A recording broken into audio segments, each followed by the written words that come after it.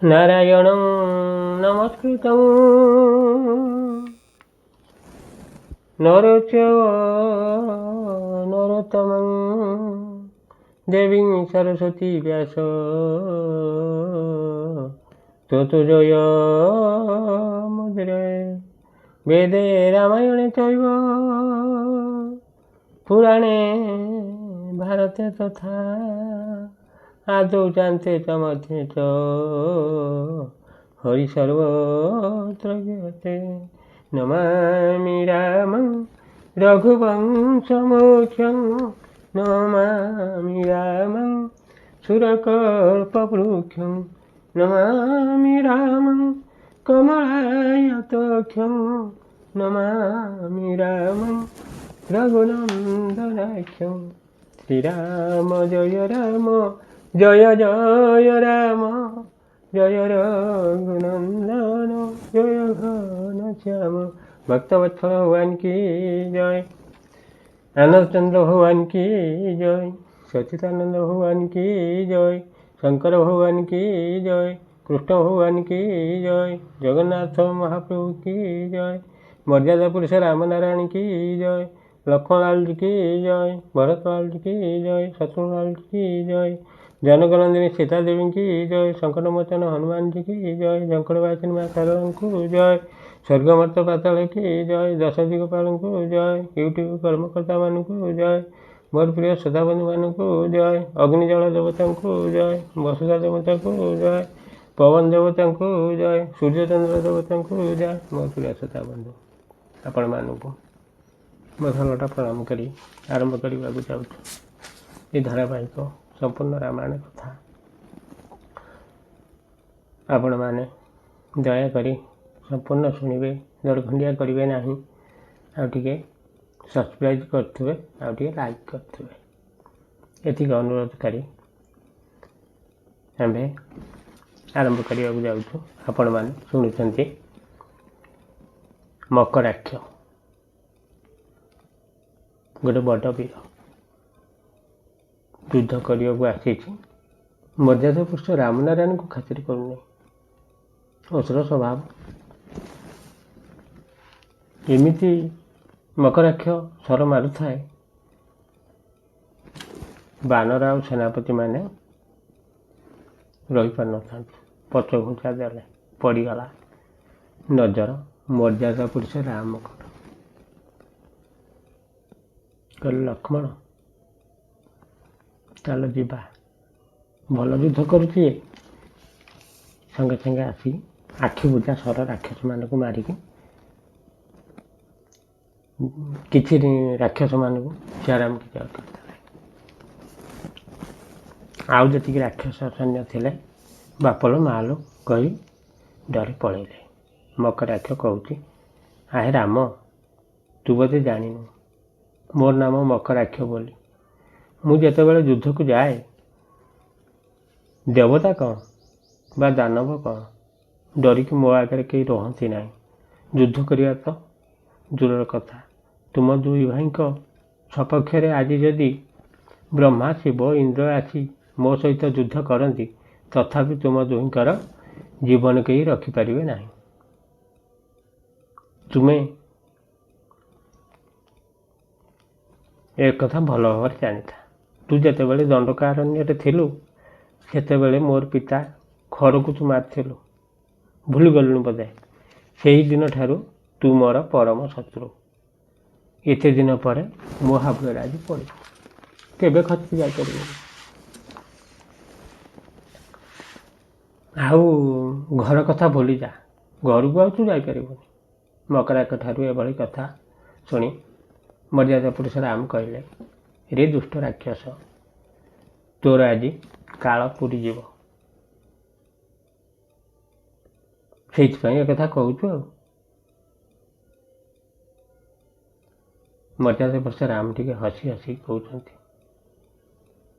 ପୁଣି କହିଲେ, ଏଣେ ହସୁଛନ୍ତି ଏଣେ କହୁଛନ୍ତି, ତୋ ବାପକୁ ମାରିଥିଲି, ଆଜି ତୋତେ ମାରି ତୋ ବାପ ସହିତ ଦେଖା କରାଇଦେବି। ଆଉ କ'ଣ କହୁଛୁ? ଆଜି ବାପ ପୁଅ ବେଟା ବେଟି ହେବ। ଆଜି ତୋର ମାଂସକୁ ଶାଗୁଣା ଶିଆଳମାନେ ଆନନ୍ଦରେ ଖାଇବେ। ଆଉ ଦଣ୍ଡେ ଅପେକ୍ଷା କର।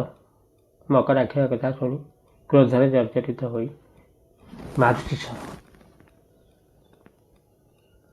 ଆଉ ଫୁର୍ସତ ନାହିଁ। ଯେତେ ମାରୁଛୁ ମାରୁଥାଉ। ଧନୁର୍ଧାରୀ ମର୍ଯ୍ୟାଦା ପୁରୁଷ ସର ମାରିକି ସବୁ କାଟି ଦେଉଥାନ୍ତି। ଏଇଭଳି ପରସ୍ପର ଯୁଦ୍ଧ ଚାଲିଥାଏ। ମର୍ଯ୍ୟାଦା ପୁରୁଷ ରାମ ରାଗିଗଲେ। ଗୋଟିଏ ମାତ୍ର ସ୍ୱରୂପ ମକରାକ୍ଷର ଧନୁକୁ ଲକ୍ଷ୍ୟ କରିକି ମାରିଲେ। ଧନୁ ଖଣ୍ଡ ଖଣ୍ଡ ହୋଇଗଲା। ଆଉ 5ଟି ସର ମାରିଲେ ସାରଥୀକି। ସାରଥୀ ଏକାଥରେ ସିଆରାମକୁ ଯାଏ। ମୋର ପ୍ରିୟ ସଦା ବନ୍ଧୁ, ଯେତେବେଳେ ସମୟ ଖରାପ ପଡ଼େ, ନାନା ପ୍ରକାର ଦୁର୍ବୁଦ୍ଧି ଦେଖାଯାଏ, ରାକ୍ଷସ ଭାବିଥିଲା ଗାଈ ବାଛୁରୀ ଷଣ୍ଢ ରଥରେ ରଖିଲେ ରାମ ସର ମାରିବେ ନାହିଁ। ମୁଁ ସର ମାରିକି ରାମକୁ ମାରିଦେବି। ଆଉ ଦେଖନ୍ତୁ ତାର କି ଚିନ୍ତାଧାରା। ଫଳ ଦେଖନ୍ତୁ ଓଲଟା ହୋଇଗଲା। ଆପଣମାନେ ଜାଣିଥିବେ ଷଣ୍ଢକୁ କେହି ବାନ୍ଧନ୍ତି ନାହିଁ। ରାକ୍ଷସକୁ ଦୁର୍ବୁଦ୍ଧି ଦେଖାଗଲା, ଷଣ୍ଢକୁ ବାନ୍ଧିଲା, ପାପ ଆଚରଣ କଲା। ମର୍ଯ୍ୟାଦା ପୁରୁଷ ରାମ ଷଣ୍ଢକୁ କାହିଁକି ମାରିବେ? ଷଣ୍ଢ ବନ୍ଧା ହେଇଥିବା ଦଉଡ଼ିକୁ ସର ମାରିକି ଦଉଡ଼ିକୁ କାଟିଦେଲେ। ଷଣ୍ଢକୁ ମୁକ୍ତ କରିଦେଲେ। ପୁଣ୍ୟ ଅର୍ଜନ କଲେ। ଷଣ୍ଢମାନେ ଆନନ୍ଦରେ ଚାଲିଗଲେ। ରଥ ଉଲଟିକି ପଡ଼ିଲା। ସାରଥୀ ଏକାଥରେ ଶେଷ। ଷଣ୍ଢ ଚାଲିଗଲେ। ମକରାକ୍ଷକୁ ଦେବଦେବ ମହାଦେବ ସେ ତ ବହୁତ କଥା ଯେଉଁ ତ୍ରିଶୂଳ ଦେଇଥିଲେ ଇଏ ତପସ୍ୟା କରିକି ପାଇଥିଲା। ସେ ତ୍ରିଶୂଳକୁ ଧରିକି ରଥରୁ ଡେଇଁକି ମର୍ଯ୍ୟାଦା ପୁରୁଷ ରାମ ପାଖକୁ ଆସିକି ତ୍ରିଶୂଳ ଉଞ୍ଚେଇକି ଫିଙ୍ଗିବ ବୋଲି ହେଲା। ଏଇଠିକୁ ତ ଫିଙ୍ଗିଦେଲେ ଏକାଥରେ ହରିବଲ। ଯେଉଁ ଶିବଧନୁକୁ ମିଥିଳାରେ ଜନକ ରାଜା ଘରେ ମର୍ଯ୍ୟାଦା ପୁରୁଷ ରାମ ଭାଙ୍ଗିକି ଟିକ୍ ଟିକ୍ କରିଦେଇଥିଲେ,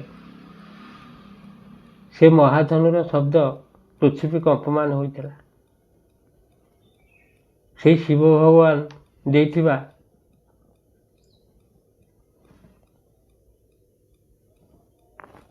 ସେଇ ଯେଉଁ ମହାଧନୁ, ସେ ମହାଧନୁକୁ ମର୍ଯ୍ୟାଦା ପୁରୁଷ ରାମଙ୍କର ଉଠଉ ଉଠୁ ଧନୁ ଶେଷ। ଇଏ ହେଉଛି ଦେବଦେବ ମହାଦେବଙ୍କର ତ୍ରିଶୂଳ। ମର୍ଯ୍ୟାଦା ପୁରୁଷ ରାମଙ୍କର ସେ କି କ୍ଷତି କରିବ? ହରିହର ତ ଏକ ଆତ୍ମା, ଆପଣମାନେ ଜାଣିଛନ୍ତି। ଗୋଟିଏ ସର ମାରିକି ତ୍ରିଶୂଳକୁ ଖଣ୍ଡ ଖଣ୍ଡ କରିଦେଲେ। ଷଣ୍ଢ ଗଲେ, ସାରଥୀ ଗଲେ, ରଥ ଗଲେ, ତ୍ରିଶୂଳ ଗଲେ। ରାକ୍ଷସ କ୍ରୋଧରେ ଜର୍ଜରିତ ହୋଇଛି। ବିଧା ଉଠେଇକି ମର୍ଯ୍ୟାଦା ପୁରୁଷ ରାମକୁ ମାରିବାକୁ ଆସୁଛି। ମର୍ଯ୍ୟାଦା ପୁରୁଷ ରାମ ହସୁଛନ୍ତି। এই ଦୃଶ୍ୟ ଦେଖି ସ୍ୱର୍ଗରେ ଦେବତାମାନେ ଥରହର ହେଉଛନ୍ତି। ଡରିଗଲେଣି। କାରଣ ଇଏ ଯେଉଁ ବଳିଷ୍ଠ ରାକ୍ଷସ ରାମଙ୍କର କ'ଣ କିଛି କରିଦେଇପାରେ। ଆଉ ଜଣେ ଯେତିକି ଦେବତାମାନେ ଦେଖୁଥିଲେ ଆଉ ଜଣେ ଆଉ କେହି ନାହାନ୍ତି। ସମସ୍ତେ ନିଜ ନିଜ ସ୍ଥାନକୁ ଚାଲିଗଲେଣି। ତାପରେ ମର୍ଯ୍ୟାଦା ପୁରୁଷ ରାମ ଅଗ୍ନିଶର ମାରି ରାକ୍ଷସକୁ ପୋଡ଼ିକି ପାଉଁଶରେ ପରିଣତ କଲେ। ଏକାଥରେ ହରିବଲ। ସେଇ ଯେଉଁ ଅଗ୍ନିଶର ମାରିଲେ, ସେ ସର ଶବ୍ଦ ସବୁଆଡ଼କୁ କମ୍ପିଗଲା। ସ୍ୱର୍ଗମର୍ତ୍ତ୍ୟ ପାତାଳକୁ କମ୍ପିଗଲା। ଦେବତାମାନେ ଜାଣିଲେ ଯୁଦ୍ଧଭୂମି ସିଧାରେ ଆସିକି ରହିକି ମର୍ଯ୍ୟାଦା ପୁରୁଷକୁ ଦେଖିଲେ। ଯାହା ହଉ ଏଥରକରେ ଏ ରାକ୍ଷସକୁ ଶେଷ କଲେ। ମର୍ଯ୍ୟାଦା ପୁରୁଷ ରାମଙ୍କ ଉପରେ ପୁଷ୍ପବୃଷ୍ଟି କଲେ। ମକରାକ୍ଷର ମରଣ ଦେଖି ତା ସାଙ୍ଗରେ ଆସିଥିବା ରାକ୍ଷସ ସେନାମାନେ ଡରି ଡରିକି ଯାଉଥିବା ବେଳେ ବାନରମାନେ ପଛରୁ ଗୋଡ଼େଇକି ସୈନ୍ୟକୁ ସବୁ ମାରି ପକାଇଲେ। ସବୁ ଏକାଥରେ ଶେଷ, ଆଉ ଜଣେ କେହି ନାହାନ୍ତି। ଯୁଦ୍ଧ ଅବସାନ ହେଲା। ହନୁମାନ ଆଜି ଯେତେ ବୀରମାନେ ଥିଲେ ସମସ୍ତେ ଖୁସି ହୋଇ କହିଲେ, ପ୍ରଭୁ ଆପଣ ଦୁଇ ଠାକୁର ଆଗରେ ଚାଲନ୍ତୁ, ଆମେ ପଛରେ ଜୟଗାନ କରି ଯାଉଛୁ। ତାପରେ ପରସ୍ପର ନିଜ ନିଜ ସ୍ଥାନରେ ପହଞ୍ଚି ଫଳମୂଳ ଖାଇ ରାତ୍ରି ଯାପନ କଲେ। ମର୍ଯ୍ୟାଦା ପୁରୁଷ ରାମ ଲକ୍ଷ୍ମଣ ଭଗବାନ ସ୍ନାନ ସନ୍ଧ୍ୟା ତର୍ପଣ କରି ଫଳ ଆହାର କରି ନିଦ୍ରା କଲେ।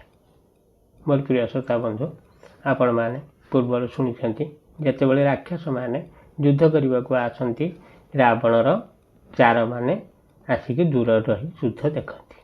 ଆପଣମାନେ ଆଗରୁ ଜାଣିଛନ୍ତି। ଆଜି ଯୁଦ୍ଧରେ ସବୁ ଦେଖି ଯାଇ ରାବଣକୁ କହିଲେ, ହେ ରାଜାଧିରାଜ ଲଙ୍କପତି, ଆଜି ଯୁଦ୍ଧରେ କମ୍ପନ ପ୍ରଜଙ୍ଗ ଆଦି 7 ଜଣ ବୀର ନରବାନରଙ୍କ ସହିତ ଘୋର ଯୁଦ୍ଧ କରି ନରବାନରମାନଙ୍କୁ ତ ଗୋଟିଏ ମାରିପାରିଲେ ନାହିଁ।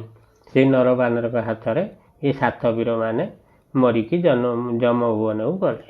ଖାଲି ସେତିକି ନୁହେଁ, ରାଜା ତାଙ୍କ ସହିତ ଯେତେ ସୈନ୍ୟ ଯେତେ ହାତୀ ଘୋଡ଼ା ନେଇଥିଲେ ସେମାନଙ୍କ ମଧ୍ୟରୁ ବି କେହି ଫେରି ନାହାନ୍ତି, ସମସ୍ତେ ମରିଛନ୍ତି। ଚାରମାନଙ୍କ ଠାରୁ ଏଭଳି ଦାରୁଣ ବାକ୍ୟ ଶୁଣି ରାବଣ ପୁତୁରାଙ୍କ ଗୁଣ ଗାଇ କାନ୍ଦିଲା। ମନ୍ତ୍ରୀମାନେ ରାବଣକୁ ବହୁତ ପ୍ରକାର ଆଶ୍ୱାସନା କଲେ। ରାବଣ ଟିକେ ସ୍ଥିର ହେଲା। ସେତିକି ବେଳେ ମନେ ପଡ଼ିଗଲା ତରଣୀ ସେନ କଥା। ମନ୍ତ୍ରୀମାନଙ୍କୁ କହିଲା, ତରଣୀ ସେନକୁ ଶୀଘ୍ର ଡାକିକି ମୋ ପାଖକୁ ଆଣ। ରାବଣର ଆଦେଶ ପାଇ ମନ୍ତ୍ରୀ ଜଣେ ଯାଇକି ତରଣୀ ସେନ ପାଖରେ ପହଞ୍ଚି ରାଜା ଆଜ୍ଞା ଜଣେଇଲା। ଆପଣମାନେ ଶ୍ରୋତାବନ୍ଧୁ ଜାଣିଛନ୍ତି ତରଣୀ ସେନ ବିଭୀଷଣଙ୍କ ପୁତ୍ର। ତରଣୀ ସେନ ଯାଇ ରାବଣକୁ ନମସ୍କାର କରି କହିଲା, ବଡ଼ ବାପା, ମୋତେ କେଉଁ ବିଷୟରେ ଡକେଇଲେ କୁହନ୍ତୁ। ରାବଣ କଥା ଶୁଣି କହିଲା, ବାପାରେ, ରେ ପୁତ୍ରରେ, ରେ ଧନରେ,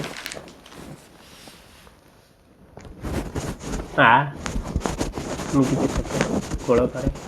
ତରଣୀ ସେନ ସ୍ନେହରେ କୋଳରେ ବସାଇ ଚୁମ୍ବନ ଦେଇ କହିଲା, ପୁଅରେ, ମୋଠାରେ ସ୍ନେହ ଭକ୍ତି ରଖି ତୋର ପିତା ବିଭୀଷଣକୁ ଛାଡ଼ିଲୁ। ମୋର ପ୍ରିୟ ଶ୍ରୋତା ବନ୍ଧୁ, ଆଜି ଏତିକିରେ ଥାଉ। ଆପଣମାନେ ପୁଣି ଆଗାମୀ ଅଧ୍ୟାୟରେ ଶୁଣିବେ, ଯଦି ଆପଣମାନଙ୍କର ମୋ ଉପରେ ଦୟା ଥିବ। ଆପଣମାନଙ୍କ ଦୟା ନହେଲେ ଇଏ କିଛି ଅଧର୍ମ କରିପାରିବ ନାହିଁ। ଆପଣମାନଙ୍କର ସଦାସର୍ବଦା ମଙ୍ଗଳ କରନ୍ତୁ ସେହି ରାମନାରାୟଣ ଆପଣମାନଙ୍କ ସହିତ, ଆପଣମାନଙ୍କ ପରିବାର, ଛୋଟ ପିଲାମାନେ, ଗୁରୁଜନ, ଆପଣମାନଙ୍କ ସହିତ ଏ ବିଶ୍ୱରେ ଯେତେ ନର ନାରୀ, ପିଲା ବାଳକ, ମୋର ଗୁରୁଜନ ଅଛନ୍ତି, ସମସ୍ତଙ୍କୁ ସେହି ରାମନାରାୟଣ ବହୁତ ଭଲରେ ରଖନ୍ତୁ। ଏତିକି ମିନତି କରି ସେହି ଭକ୍ତବତ୍ସଳ ଭଗବାନଙ୍କୁ, ଆନନ୍ଦଚନ୍ଦ୍ର ଭଗବାନଙ୍କୁ, ସଚ୍ଚିଦାନନ୍ଦ ଭଗବାନଙ୍କୁ କୋଟି କୋଟି ପ୍ରଣାମ କରି, ମର୍ଯ୍ୟାଦା ପୁରୁଷ ରାମନାରାୟଣଙ୍କୁ, ଲକ୍ଷ୍ମଣ ଲାଲଜୀ, ଭରତ ଲାଲଜୀ, ଶତ୍ରୁଘ୍ନ ଲାଲଜୀକୁ କୋଟି କୋଟି ପ୍ରଣାମ କରି, ଜନକ ନନ୍ଦିନୀ ସୀତା ଦେବୀ, ସଙ୍କଟମୋଚନ ହନୁମାନଙ୍କୁ କୋଟି କୋଟି ପ୍ରଣାମ କରି, ଝଙ୍କଡ଼ବାସିନୀ ମା ଶାରଳାଙ୍କୁ, ଦୁର୍ଗମର୍ତ୍ତ୍ୟ ପାତାଳକୁ, ଦଶଦିଗପାଳଙ୍କୁ, ମୋର ପ୍ରିୟ ଶ୍ରୋତା ବନ୍ଧୁମାନଙ୍କୁ କୋଟି କୋଟି ପ୍ରଣାମ କରି, ଅଗ୍ନିଜଳ ବସୁଧା ଦେବତାଙ୍କୁ, ପବନ ଦେବତା, ସୂର୍ଯ୍ୟଚନ୍ଦ୍ର ଦେବତାଙ୍କୁ କୋଟି କୋଟି ପ୍ରଣାମ କରି, ସେହି ଶଙ୍କର ଭଗବାନ, କୃଷ୍ଣ ଭଗବାନ, ଜଗନ୍ନାଥ ମହାପ୍ରଭୁଙ୍କୁ କୋଟି କୋଟି ପ୍ରଣାମ କରି, ଏ ଅଧମ ଆଜି ବିଦାୟ ନେବ। ଟିକେ ଅନୁରୋଧ କରିବ, ମୋର ପ୍ରିୟ ଶ୍ରୋତା ବନ୍ଧୁମାନେ ସମ୍ପୂର୍ଣ୍ଣ ଭିଡ଼ିଓଟି ଟିକେ ଦେଖିବେ, ଆଉ ଟିକେ ସବସ୍କ୍ରାଇବ୍ କରିଥିବେ, ଲାଇକ୍ ଟିକେ କରିଥିବେ। ଏତିକି କହି ସେଇ ମର୍ଯ୍ୟାଦା ପୁରୁଷ ରାମନାରାୟଣଙ୍କ ଚରଣ କମଳରେ ଧ୍ୟାନ ରଖି ଏ ଅଧମ ବିଦାୟ ନେଉଛି। ଜୟ ଶ୍ରୀରାମ।